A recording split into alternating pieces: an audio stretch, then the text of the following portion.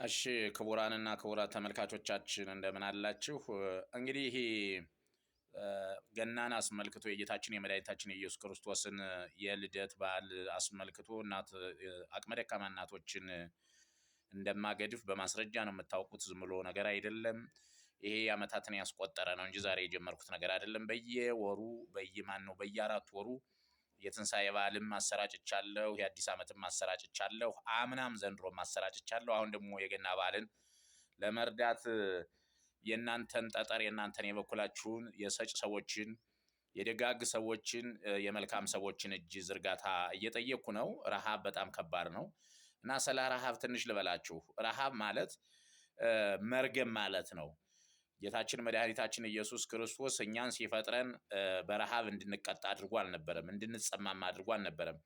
የሰው ልጅ ሲፈጠር የማይራብ የማይጠማ የማይደክም የማይሰለች የማይበሳጭ የማይጠወልግ የማይደክም ጠንካራና ብርቱ ፍጡር አድርጎ ነበር የፈጠረን።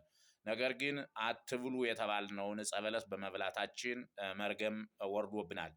ሲረግመን ወርደህ ጥረህ ግረህ በላብህ በወዝህ ርቦህ ጠምተህ ተሰቃይተህ ደክመህ ኑር ብሎ ወደ ምድር አወረደና የስጋን ስራ በዚህ ምድር የምንሰራውን ስራ ሁሉ መርገም አደረገብን። መራብ መርገም ነው፣ መጠማት መርገም ነው፣ መጥገብም መርገም ነው፣ በጥቅሉ ሰርቶ መብላትም መርገም ነው።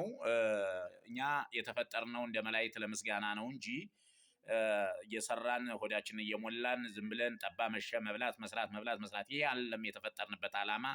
የተፈጠርንበት ዋናው ዓላማ ሊቃውንትም እንደሚሉት በመጽሐፍም ላይ እንደተገለጸው መላእክት 100 ነገድ ፈጠረ። ከ100 ነገድ አንዱ ዲያብሎስ ከዳ፣ በዲያብሎስ ምትክ እንድናመሰግነው ነው የፈጠረ። ለዚህም ማስረጃ መጽሐፈ አክሲማሮስና መጽሐፈ መቃብያን ወሶበ ኢያእኮትኮ ለዘፈጠረከ እምነፋስ ወነድ ፈጠረ እየንቴከ ሰብአ ዘማሬ ማይ ወይም መሬት ብሎ አስቀምጦታል።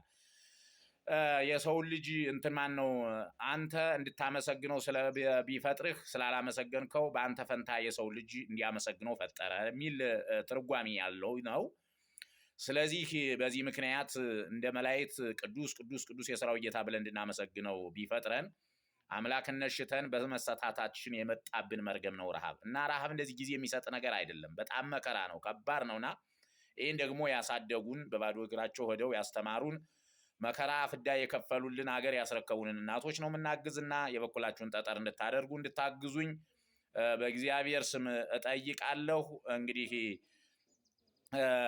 ይሄንን ቪዲዮ የምታዩ ሰዎች በ0931 41 63 50 እንዴት እንደምታግዙ እየጠየቃችሁኝ የበኩላችሁን ጠጠር እንድትሉ በእግዚአብሔር ስምና በቅድስት ድንግል ማርያም ስም ጥሬን አስተላልፋለሁ። አለቃ ይባቢ ነኝ። ይቆየን። አመሰግናለሁ።